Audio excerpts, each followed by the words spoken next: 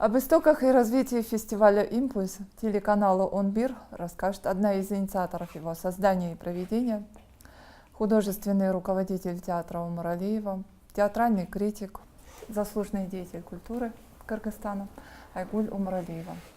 Скажите, почему для проведения фестиваля вы выбрали форму именно малых театральных форм? Это вообще очень интересная история, потому что в 2010 году я была приглашена на научно-практическую конференцию в Баку, где собрались деятели театра практически со всего мира. Это была такая конференция о путях современный театр и что это такое. И я вот там познакомилась с Ниной Мазур.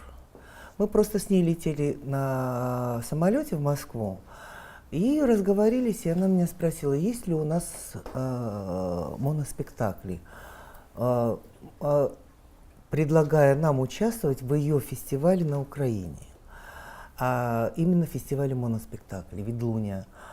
Я подумала и говорю, у нас нет моноспектаклей практически в стране, но очень редкие были постановки, не совсем как бы удачные, на мой взгляд. Но говорю, у меня есть спектакль, из которого можно сделать моноспектакль.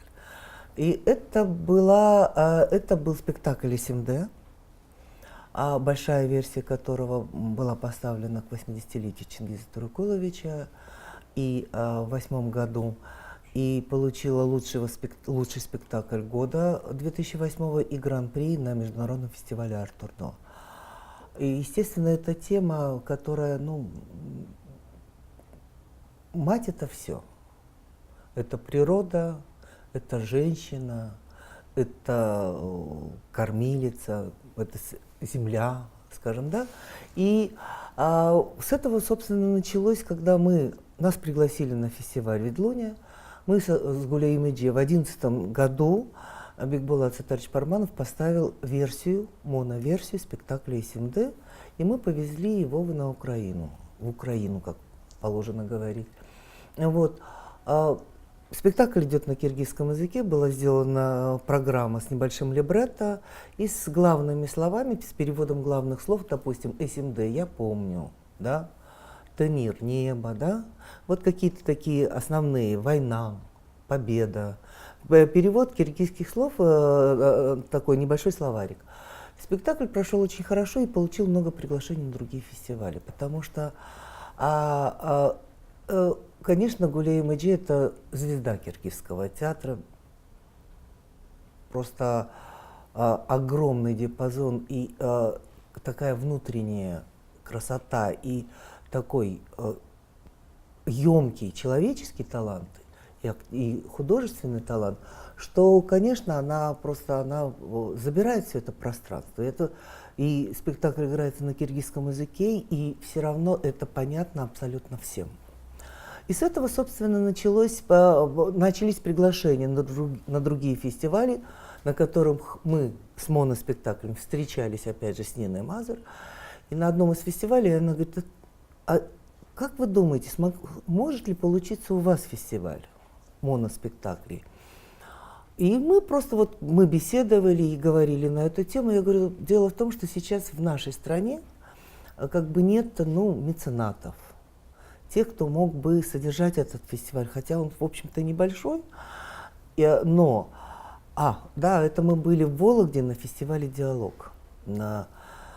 И я говорю, можно попробовать, мы будем пробовать. И, значит, мы встретились с мэром, с вице-мэром, вошли с предложением, значит, поддержать проведение, вообще рождение этого фестиваля. И таким образом в 2014 году мы первый раз провели «Импульс» в Кыргызстане.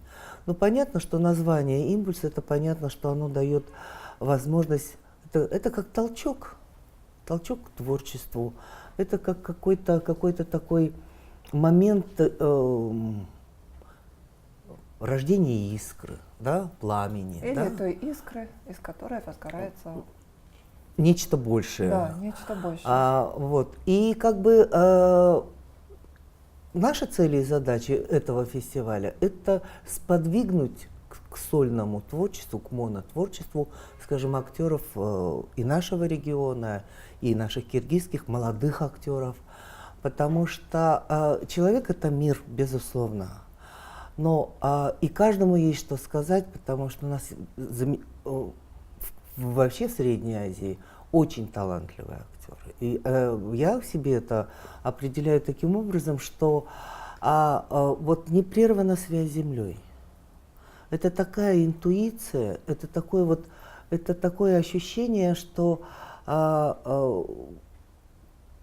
они, может быть, не так много знают, как хотелось бы и как надо знать, но они это все догоняют абсолютно какими-то чувственными вещами, каким-то прозрением.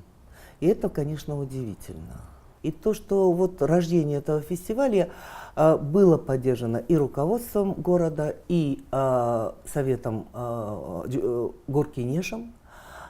И таким образом, вот уже 3-й фестиваль мы в этом году проводим. Скажите, в чем отличие нынешнего фестиваля от 2 предыдущих, кроме того, что в нем в этот раз участвуют новые актеры, новые режиссеры, новые спектакли увидят зрители? В чем его отличие? Ну, вот понимаете, дело в том, что фестиваль называется театральный фестиваль, Международный театральный фестиваль малых форм. Малые формы предполагают как бы такую схему, что, скажем, максимальное количество актеров, присутствующих на сцене, это 4 человека. 4, 3, 2 и 1. К сожалению, пока вот 3-й фестиваль, пока у нас не было более расширенного состава на сцене, это все-таки моноспектакли. Я не могу сказать, что есть какое-то отличие. Отличие, конечно, только в идеях и формах творчества этих актеров и авторов этого спектакля. Большинство режиссеров и актеров нынешнего фестиваля из Европы. Скажите, что сближает европейские и азиатские театры? И чем они разнятся? Я просто абсолютно точно знаю, что школа Станиславского, Мейерхольда, Вахтангова, Таирова, это и современных режиссеров российских, это, конечно, самая сильнейшая школа в мире. И слава богу, что мы ею владеем. И даже вот тот экспериментальный эксперимент, который у нас был с французскими актерами, в 2001 году, в 2000 году мы ставили «Золотое руно», совместный проект по аргонавтам, Аполлония Радосского и фильму «Медея». И как бы вот был сделан сценарий, французы играли Исона с товарищами, а киргизские актеры играли колхидцев. И, естественно, спектакль должен был ехать в этом же году, в 2000 году должен был ехать во Францию, а руководитель театра, который приехал на сдачу спектакля, он не взял спектакль, потому что французские актеры проигрывали нашим актерам. По школе, по силе, по вот этой вот энергии, которую они обладают, наши актеры. Вот это просто энергетическая такая штука. Поэтому, как бы говорить, в чем разница? Разница в том, что наши постсоветские, скажем, страны прекрасно владеют театральной школой. И, скажем, если в Казахстане еще и театральное образование очень хорошо поставлено, и в Узбекистане, в Таджикистане меньше, в Туркмении почти не знаю, я вообще там не была. Но у нас пока, конечно, еще театральное образование в сфере культуры, искусства, конечно, оно просто в инерционном таком режиме пока существует, потому что новых кадров никто не готовит. Именно с точки зрения базового образования. Понятно. Каждый хороший театр — это большая творческая лаборатория драматургии и воплощения. Что лично вам хочется увидеть на сцене театра имени Омаралиева в будущем? Ну, вы знаете, вот сейчас вот вы приехали в это здание, в котором мы как раз 3-й год открываем третий театральный сезон. Вот. И мы сейчас пока мы вживаемся и обживаем это пространство.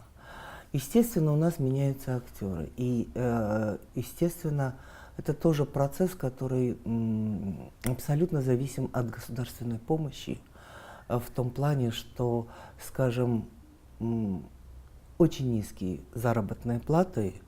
Практически все ребята, которые работают в театре, все родились в регионах, они представляют всю нашу страну, скажем, от Дальнего юга Токтагула, до от Дальнего Баткена до Нарына там, и так далее, и так далее. Они всю страну представляют, естественно, они здесь, у них нет жилья, очень низкие зарплаты, поэтому как бы те, кто выдерживает, те остаются. А это постоянная ротация, это постоянно ввод, это постоянное изучение новых актеров. И поэтому как бы мне хотелось, чтобы и актеры, которые, ну, не так много читают. Может быть, они что-то читают, но не так систематизированно. Хотя это все по театральной школе они должны были читать. Вот. Но пройти через гениальное произведение Грибоедова, которое современно до сих пор, абсолютно, и это та же школа, та же обучение, то же просвещение, которое через репертуар мы и обучаем, и просвещаем и наших актеров в том числе. И специально вот наш театр работает на киргизском и русском языке, я ставлю на русском языке для того, чтобы они овладели языком настолько, чтобы могли читать профессиональную литературу. Расскажите, пожалуйста, о премьерах, которые ожидают зрителей в театральном сезоне 2016 и 2017 годов. Дело в том, что в 2017 году предполагается проведение столетия Джусупа Мамая. Мгм.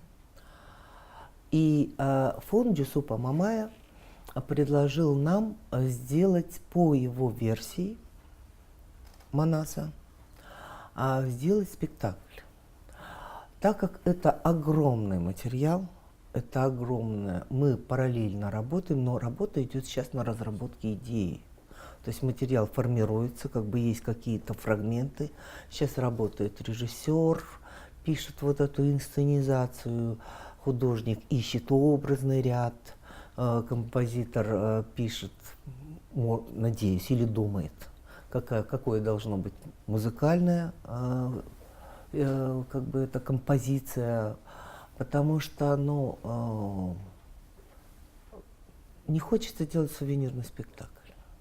Хочется, это исследовательская работа практически. Вот сейчас мы пока исследуем. Мгм. И надеюсь, что вот когда этот материал созреет, потому что это по щелчку не делается, к сожалению. Да, я думаю, что мысли должны отстояться, созреть.